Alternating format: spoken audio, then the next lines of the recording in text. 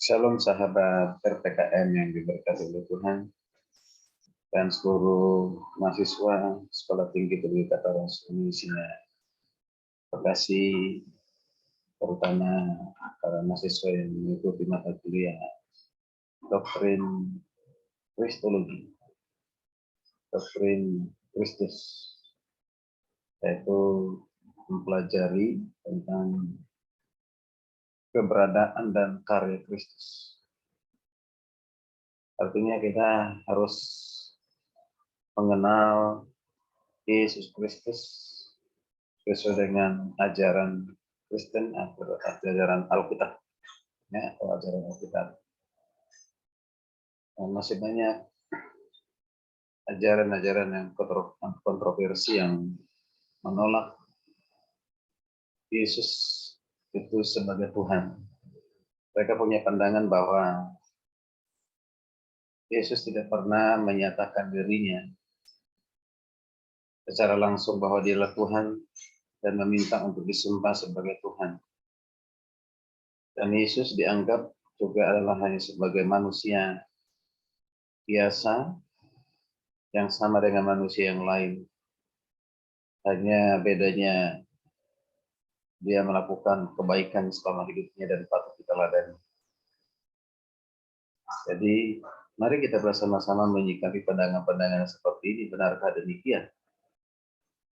Tentu memang kalau kita lihat dalam kitab Kejadian sampai kitab Wahyu, tidak ada pernyataan langsung dari Yesus ketika dia di tengah-tengah dunia mengatakan, "Akulah Tuhan, sembahlah Aku."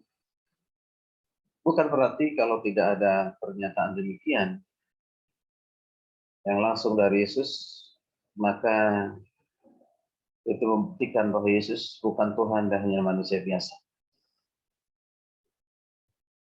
Kita mempelajari, memahami Yesus adalah Tuhan bukan dengan nalar pemikiran kita, tapi kita harus memahami menurut cara Tuhan memperkenalkan, menyatakan dirinya melalui apa? Sifat-sifat yang dia miliki.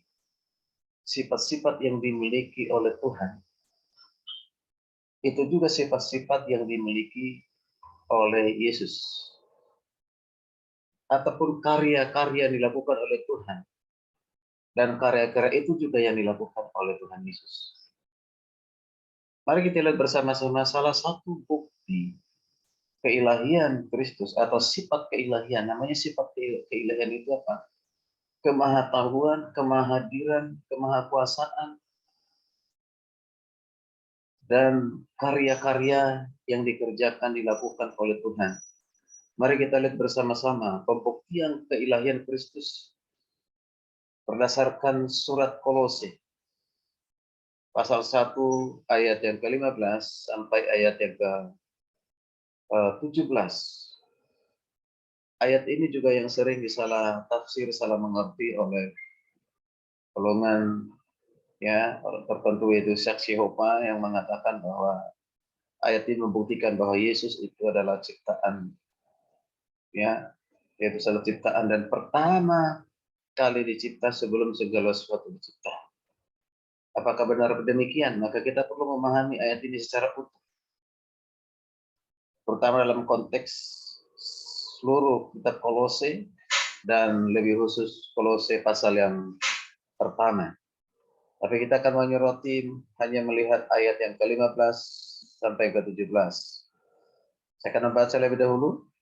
Ayat 15 dikatakan demikian.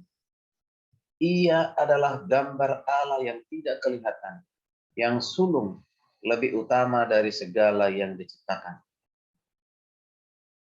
Lalu di ayat 16 lanjutkan dengan berkata, karena di dalam Dialah telah diciptakan segala sesuatu yang ada di surga dan yang ada di bumi, yang kelihatan dan yang tidak kelihatan, baik singgasana maupun kerajaan, baik pemerintah maupun penguasa. Segala sesuatu diciptakan oleh Dia dan untuk Dia. Ayat terakhir, ayat 17, ia adalah terlebih dahulu dari segala sesuatu, dan segala sesuatu ada di dalam Dia. Baik, Bapak Ibu kasih Tuhan, kita akan mempelajari 3 ayat ini secara bertahap dan berseri. Kita mulai dari ayat yang ke-15. Di ayat ke-15 kita menemukan kata gambar Allah yang tidak kelihatan. Gambar Allah yang tidak kelihatan. Apa maksudnya gambar Allah yang tidak kelihatan? Paulus berkata bahwa Yesus Kristus adalah gambar Allah yang tidak kelihatan. Dalam bahasa asli Yunani disebut sebagai eikon, artinya gambar atau citra secara nyata tentang Allah yang tidak kelihatan. Jadi gambar atau citra secara nyata tentang Allah yang tidak kelihatan. Allah itu roh, tidak bisa dilihat oleh manusia. Tetapi kita bisa melihat Tuhan Allah itu di dalam gambar dan rupa Yesus atau di dalam pribadi Yesus. Mari kita bersama-sama. Paulus di sini hendak mengatakan bahwa Yesus adalah manifestasi Allah yang sempurna. Jadi bila ingin mengenal atau melihat siapakah Allah itu, maka kita harus melihatnya kepada Yesus. Jika ingin mengenal Yesus mengenal Tuhan dengan sempurna, kita harus mengenal Yesus. Itu kuncinya. Kita harus memahami siapa Yesus.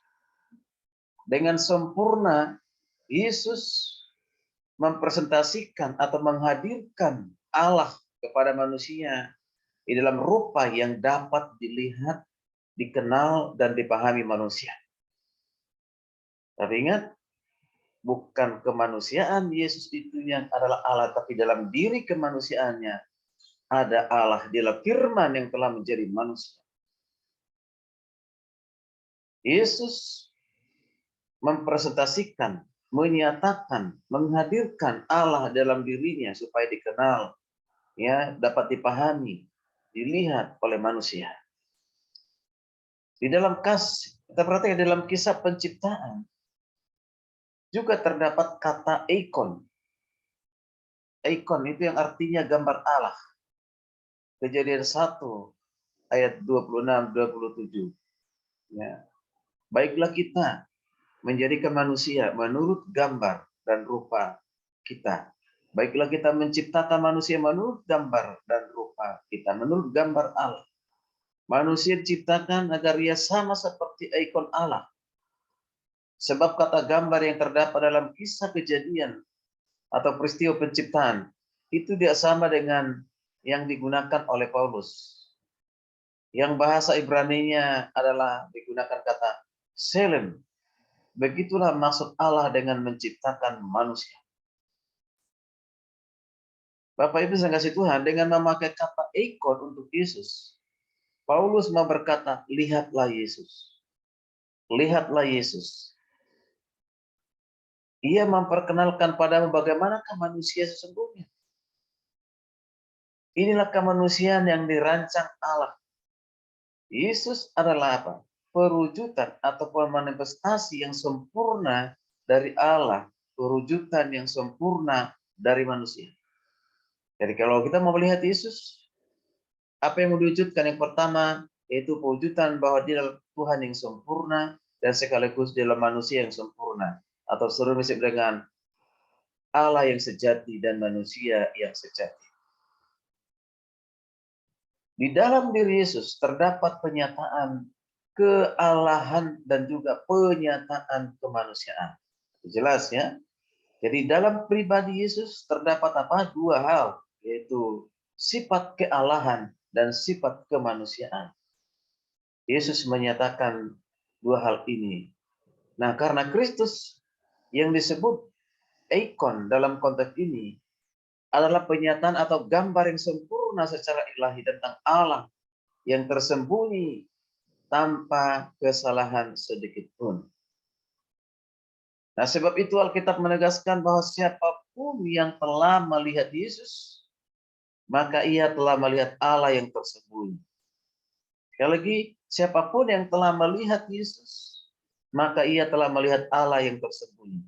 Allah itu rahasia bagi manusia, tersembunyi bagi manusia, karena dia adalah ada perbedaannya lah roh, tetapi lah roh itu ada di dalam pribadi Yesus. Bapak Ibu, saudara kasih Tuhan, mari kita perhatikan kembali istilah ikon. Istilah ikon sesungguhnya menyatakan apa? Profil ilahi Kristus yang permanen sejak kekekalan masa lampau, masa kini, dan masa mendatang sebagai gambaran yang sempurna dari Allah yang tidak kelihatan. Tadi kalau kita belajar di Kristologi, bagaimana membuktikan bahwa Kristus adalah Tuhan, kita harus memahami lebih dahulu keberadaan Kristus sebelum berinkarnasi, keberadaan Kristus sebelum manusia, sebelum hadir sebagai manusia di tengah-tengah dunia ini. Yesus ada di dalam kekekalan masa lampau, ada hari ini, ada hari esok, bahkan ada untuk selama-lamanya. Gambar di sini saya perhatikan apa dimaksudkan oleh Paulus itu gambar. Paulus ingin menjelaskan bahwa Yesus adalah gambar Allah yang ilahi dan sempurna. Jadi sekali lagi di sini adalah gambar ini maksudnya adalah gambar Allah yang ilahi dan sempurna, menunjukkan kepada siapa? Yesus. Jika kita ingin melihat Allah yang adalah roh itu, kita dapat melihatnya di dalam diri siapa? Di dalam diri Yesus Kristus. Dengan sempurna, Yesus mempresentasikan Allah itu di dalam dirinya. Atau lebih dikatakan menyatakan Allah di dalam diri Yesus. Mari kita perhatikan, menurut saksi Yehova atau pandangan saksi Yehova, salah satu dalam penafsirkan ayat ini mengatakan bahwa Yesus hanya sebagai ciptaan Allah yang sempurna dan mengakui dia hanya sebatas guru yang agung, bukan Allah itu sendiri. Inilah pandangan dari saudara kita saksi Yehova yang mengatakan bahwa Yesus itulah ciptaan Allah yang sempurna dan dia hanya sebagai guru yang dapat diteladani, bahwa dia bukanlah Allah. Yesus bukanlah Allah. Apakah benar demikian? Tentu untuk memahami dengan baik dan sempurna, jangan hanya dibaca 15. Mari kita perhatikan bersama-sama. Selanjutnya akan disampaikan Kristus sebagai yang sulung dan yang utama. Kristus sebagai yang sulung dan yang utama. Kita perlu memahami ini di sesi berikutnya. Ikuti terus supaya boleh menjadi berkat bagi kita semuanya untuk lebih memahami ya siapa Yesus. Menurut kitab Kolose pasal 1 ayat 15 sampai 17, kita mengenal memahami Yesus dari sisi keilahiannya. Ikuti terus di sesi berikutnya. Dan jika pengajarannya boleh menjadi berkat, silakan untuk membaca atau merenungkan kembali berulang-ulang supaya kita terus boleh memahami siapa yang semakin kita mencintainya, mengasihinya, dan memberitakannya kepada banyak orang. Silakan diresponi, di like, dan juga jangan lupa di subscribe.